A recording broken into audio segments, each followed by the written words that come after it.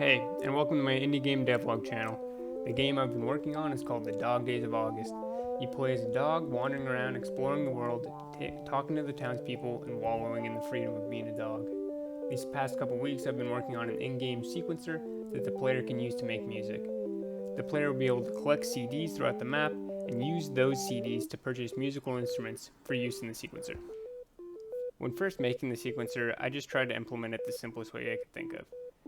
The user would edit this interface called the piano roll, where the pitch increases along the y-axis and time increases along the x-axis. The user can then move around this cursor, the orange box here, and place notes. When the user presses play, the notes would be played sequentially along the x-axis, and their height corresponding to their pitch. Under the hood, I would have a 2D array of booleans that represented the piano roll, and when the user places a note in the piano roll, it would set the corresponding entry in the Boolean array to true. Then, when the user presses play, I would instantiate audio players. Since the audio players in Unity can play only one note at a time, unless you use play one shot, then you will have issues with pitch. I initially tried instantiating a unique audio listener for each pitch.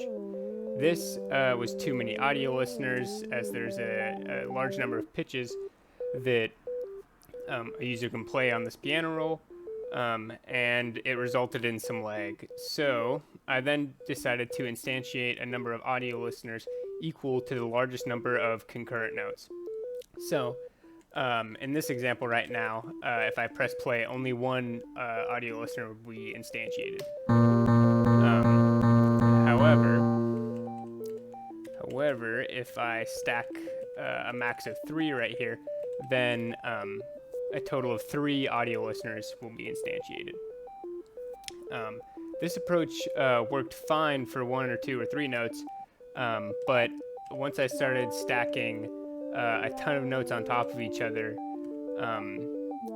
then you would get issues with lag where this note would play significantly sooner than the final note due to the inner for loop of the program not iterating fast enough.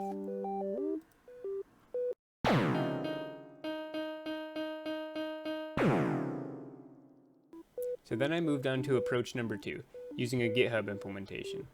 This approach solved the syncing issue, but unfortunately after many hours of trying different approaches, I couldn't really get the sequencer to change pitch.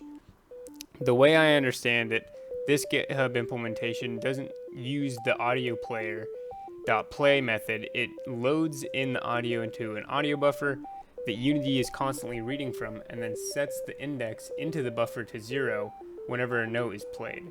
So if you adjust the pitch on the audio player object, it won't affect the audio data that's already in the buffer. I briefly thought about trying to adjust the pitch of the audio buffer directly, but this seemed most likely prone to error.